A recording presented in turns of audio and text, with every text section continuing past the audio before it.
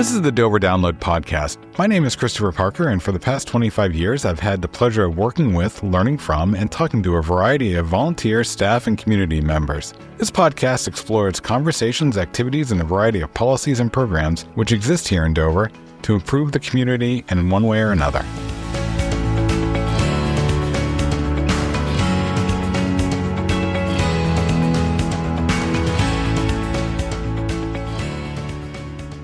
This episode, we wrap up our look for the 2027 municipal operating budget. We're going to be joined by John Storr for the Community Services Department and Kevin Hebert from the Recreation Department. We'll start with John with probably the largest single sector budget outside of the school board here in the city with the Community Services budget. John, thanks for coming in. Thanks for having me, Chris. Good to be with you. So, John, one of the things we've been asking folks over the past month is to walk us through what it's like to prepare the municipal budget. What are some of the resources you use? What are some of the past trends you try to look for?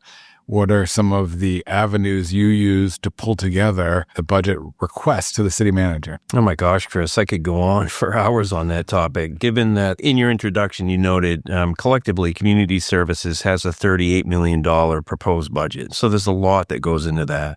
Our budgets are broken over 15 different budget points, if you will, or 15 different divisions. But when we're pulling things together, I always say when I approach the city council, we are kind of like the home utility bills. Between water and sewer, we have over $1 million of combined electricity. So that's one big, huge factor. And then we have other things. Mostly we have to go through competitive procurement process. So like our drinking water chemicals, we spend $250,000 a year on road salt. So we go through bid prices. So in a situation like that, we have to take a look at how much of the material or the service we've used and try to look at current bid pricing. One of the tough ones is always like fuel. And I know like 4 years ago, we had submitted our budget, then you had the Russia incursion into Ukraine, and then pretty much the gas and fuel prices went just crazy right out the window. Right. So we deal with issues like that. And then historically, like our snow budget, this year, probably to nobody's surprise, we're going over our snow budget because we'll look at 5-year historical and 10-year historical trends. Like, okay, we're going to continue to have pretty mild winters. So we made a reduction in this current year's budget, and now we have a winter that we were used to, 20 years ago.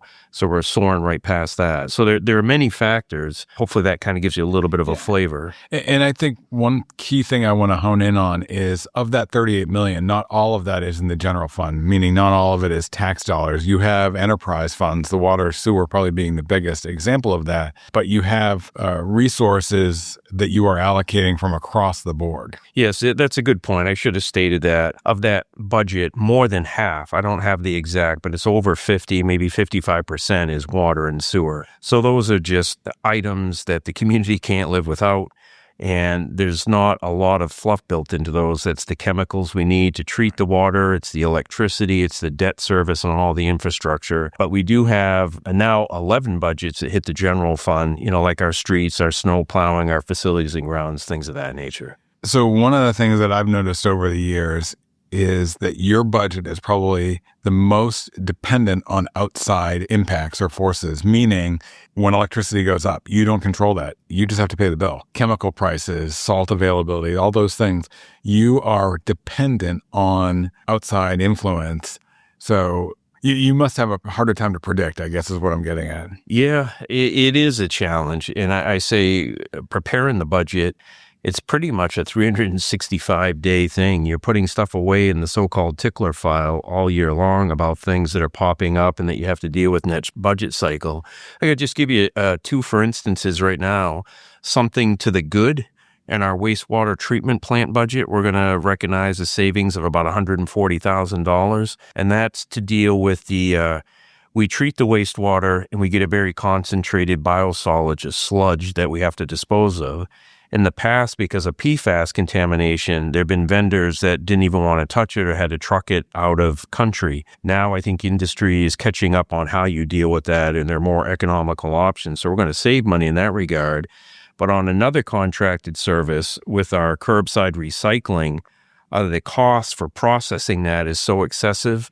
we're going to see the tipping fees go up collectively, an increase of about $120,000. And we're getting to the point where the recycling, we're at the whim of the market and the industry. Nobody wants the recycled materials. It's very complicated to collect them, then to process and segregate it out.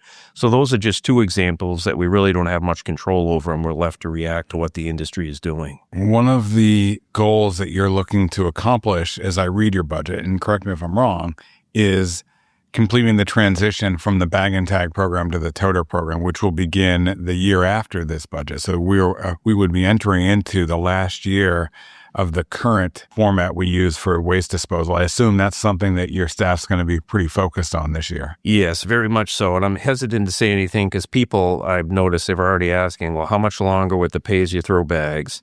It will be July 1 of 2027 that we make the transition. So we still people need to buy their pay-as-you-throw bags for the next year, almost year and a half. But one of the advantages, and I'm glad you asked that, is when we go the current truck collection service for the curbside, people have probably seen the waste management trucks.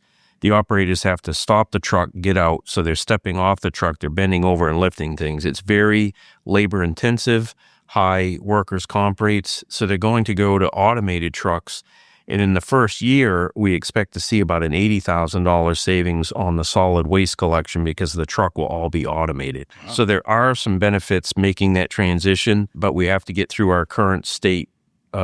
I would say as is current bag, the bag and tag program, the green bags right through June 30th of 27. So we will convert on July 1 of 27. As I've told you before, I've counted the amount of bags I've pre-bought, and I've figured out I can get through to July 1. There you go. Well, then I also figure if I have any left, it's not like I'm not going to need bags in the toters, because you're going to have to you can't just put raw garbage in the toters, whether I'm buying a hefty bag or using a green bag I already bought. It's the same bag. Hey, you've got that right, Chris, because waste management would like everything bagged. So when they dump it on a windy day, the material's not going to be blowing everywhere. So those bags are going to serve their purpose.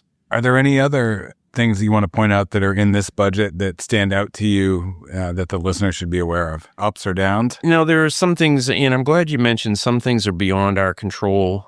We talk about purchase service, negotiated contracts, things of that nature. Just a couple of things. We try very hard to be fiscally prudent as we can. Looking at our different divisions, our general government buildings is pretty stable. That's heat, electricity, things that are in good shape. I mentioned earlier that we're going to have a blip on our recycling that hits the general fund, but our solid waste contract is a very modest. It's like a 0.3% increase, a few $1,000s, nothing too big. One thing that I'm happy about is that the investment in new vehicles is paying off because we're seeing a reduction in the amount of repairs we have to do on our heavy fleet. We'll have 35 pieces of equipment out during a snowstorm, and we used to budget several $100,000 a year for wear and tear, tires, repairs, oil changes, the whole bit. Just between our streets and our stormwater division, we're looking at almost a $60,000 savings because we've been replenishing our vehicles on a more current basis and trying to optimize that vehicle replacement program. As we wrap up, I want to remind folks to go and watch your presentation to the City Council last week because it's much more complex of a department to talk about in the 10 minutes we have with us. But looking forward, when you're putting your budget together, knowing that so much of it is reactive, are there things that you are doing to sort of set up for next year? You said you've got a tickler file all year long. Do you track those ticklers over the years to get a sense for where things might go? We try. Some of it is hard to predict because it can be the current state of world affairs based on fuel pricing, chemical availability, and things of that nature. Just one thing I think it's important to point out is that our water and sewer, I believe that those have been going up higher than the current comparison on the general fund. But I point out that those are heavily dependent on debt service to reinvest. We now have 3 water treatment plants. We have one of the most complicated water treatment plants in the state. I'm proud of the complexity of our plant, but it's a bit of a disappointment that we have to deal with a contamination event. And then we also have the first of its kind on the wastewater side, a wash facility where we recycle street sweepings and catch basin cleaning material. So we've added some added complexity to the operations that we have. So we've had to add a staff position or two to handle those complicated scenarios. That's one thing I would like to stress. I think embedded in that is your commitment and the city's commitment to being resilient and to putting our investments into our infrastructure, knowing that if we had no water source or if we had some other catastrophic event, that would be catastrophic. And we want to avoid those by pre-planning and having redundancies to make sure that you can provide water and you can flush a toilet. That's a very good point. I mean, we strive, as I mentioned, the water and sewer is over 50% of our budget. We take immense pride as operators to make sure that that is safe and reliable 24/7. And when you look at our water and sewer rates, I think you can't just look at them on paper. You have to understand the debt service and the investment that's happened behind the scenes. Dover has 11 different well points on the water supply side, so we have good diversity there. We have an emergency interconnection with Somersworth. We just got a new storage tank put in for emergencies. And our well points with those 3 water treatment plants, most of those have been renovated and are up to shape. So I don't think you can compare us to other communities without looking at how they've reinvested in their system. Well, I appreciate you coming by and giving the listener an update on how you put together your budget, and would encourage anyone to go back and watch your presentation from last week. Thanks for coming in. Thanks for having me, Chris. Next, we'll hear from Kevin Hebert, our rec director. Kevin, welcome. Good morning. Thanks for having me. So, what goes into the rec budget? What are some of the things that you're looking to do when you're putting together a budget proposal to Mike? Sure. A couple of things we look at is obviously the city council goals, master plan, big picture items that are going to tie in specifically to lines to ensure that we're meeting the needs of all of our customers, but also making sure that we align with, the major goals of recreation. When you're making your presentation, I assume you're actually a little unique in that you have a lot of user fees that fund a lot of your budget. It's not just the general fund. How do you take that into account? Yeah, we have to balance obviously the needs of our customers with obviously keeping costs, at a spot where we can still afford to provide services. And we try to minimize those fees as much as possible. The last thing we want to do is raise fees and make it more difficult for people to access our programs. This year, we were pretty fortunate in not having to increase a lot. There were some increases, pretty minimal in regards to the arena and the pool, but substantially, we'll try to keep those fees, as stable as possible. Talking of stability, if I remember correctly, this is the first year that the McConnell Center bond has been paid off. And so we took that debt service and actually allocated it to capital projects so that the ongoing maintenance needs of the building are maintained. 100%. The McConnell Center is going to be undertaking some pretty major projects, HVAC projects, boilers, roof. So as I think a lot of our tenants that are located here are going to be very happy with a lot of those upgrades and improvements. There probably a lot that were needing to be done with an older building, obviously with HVAC and things like that. So we're excited to see those come to fruition.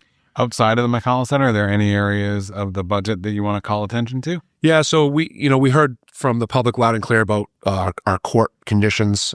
We were able to allocate, the city was gracious enough to allocate us some funds in the CIP for this year and next year. And I'm going to try to tackle almost every court we have in the city, including ripping up courts, not just resurfacing in some cases. But, we heard loud and clear that needed to be done. And I know that was on the assistant director's radar for some years. So we're excited about that project. And obviously the Jenny Thompson pool's wrapping up this coming summer. We're excited about that. They are on course to be on time for our summer programming. So we're excited about those things. And then, as I mentioned last year, trying to increase some programming. So we are going to be piloting the volleyball program, which I was very excited about doing. A lot of recreation departments don't do volleyball, and I think our signups are almost already sold out in the first few days. So we're excited about expanding that project as well. Any items of the budget that didn't make the cut that you want to make sure we get word about? Yeah, we proposed a maintenance specialist for the pools. It's a skill that with both the Jenny Thompson pool and indoor pool that you really need to have someone specifically trained for pool maintenance. Everything from the BEXA system, which controls automated chlorine, all the way down to filters, pumps, those sort of things. So we put that on our budget for this year. We have a similar position at the arena that deals with the internal structures at the arena. Another operation that has a lot of technical specific. Without question. And even in my, 1.5 to 2 years, just learning those systems, they're very complicated and pretty complex. So we had proposed that, and hopefully moving forward in the future, we'll be able to put that person in place, but also, with our expansion to Nebby Park, try to include that person into some of the responsibilities with Nebby Park. Great. Any items you want to make sure we wrap up with? I would just like to mention that we try to listen and hear the public when it comes to recreation. The nice piece is we're so far spread between parks and programs and things like that whenever we can try to make adjustments and things, we do that. So I think this budget is reflective of some of my short-term goals, but also long-term goals that will tie into the master plan that I think will make recreation even a little bit more exciting for people in Dover. Well, thanks for coming in. And for the listener, while this might be the last episode of the podcast focusing on the budget breakdowns, you can certainly reach out to us through a variety of means to learn more. You can follow us through the Budget Revealed website on the city's webpage. You can follow the Budget Revealed newsletters that we send out. And certainly, you're always welcome to show up at public meetings and speak during public hearings or citizens forum. Thanks and have a great day. Dover has a wealth of history in its over 400 years of existence. Coming up, Mike Gillis is going to share some of that history with us. This week in 1856, Dover's first mayor, Andrew Pierce, took the oath of office. The year before, in 1855, Dover had petitioned the state legislature to allow for the town's incorporation as a city. In September of 1855, residents at Dover's town meeting voted 498 to 454 to accept the city charter granted by the legislature. Dover, which was New Hampshire's oldest permanent settlement, was ready to start a new chapter. At the ceremony, Pierce accepted Dover's official seal and records from the chair of the Board of Selectmen, Charles Clements. With a change in government to a city, Dover's selectmen, who were first elected in 1647, were no more. Pierce seemed the right person for the job as Dover's first mayor. And despite his age, the 70-year-old Pierce was up to the task. Pierce was a prominent local businessman who served as moderator at every town meeting from 1822 to 1829 and served in the legislature from 1817 to 1824, once as Speaker of the House. Dover's transition to a city form of government was intended to help improve the community by enabling its government to do more for its residents. One of the early changes was municipal fire service. Before Dover was a city, the town relied on private fire companies. But as a city, Dover was able to form its own fire department. Under a city charter, improvements were also made to the city's waterworks and public schools. During his inaugural speech, Mayor Pierce said funding for the city's schools was wholly inadequate, something he vowed to change. He pointed out that voters in Dover in 1855 had only approved $1,000 for the schools, even though the state required a minimum investment of about $5,000. Pierce said part of the problem was the inequity of the previous form of government, where 12 separate school districts in Dover managed their schools separately by taxing district residents. Dover's District 2 was one of the richest districts and was able to construct Dover's first high school, while students in other districts were confined to a single, cramped schoolhouse. Under the first city charter, Dover's governing body actually consisted of two bodies, 6 aldermen and 18 common council members. This was vastly different than under the previous form of government, which was overseen by 3 selectmen. The new system of government was intended to encourage more people to participate in local governance.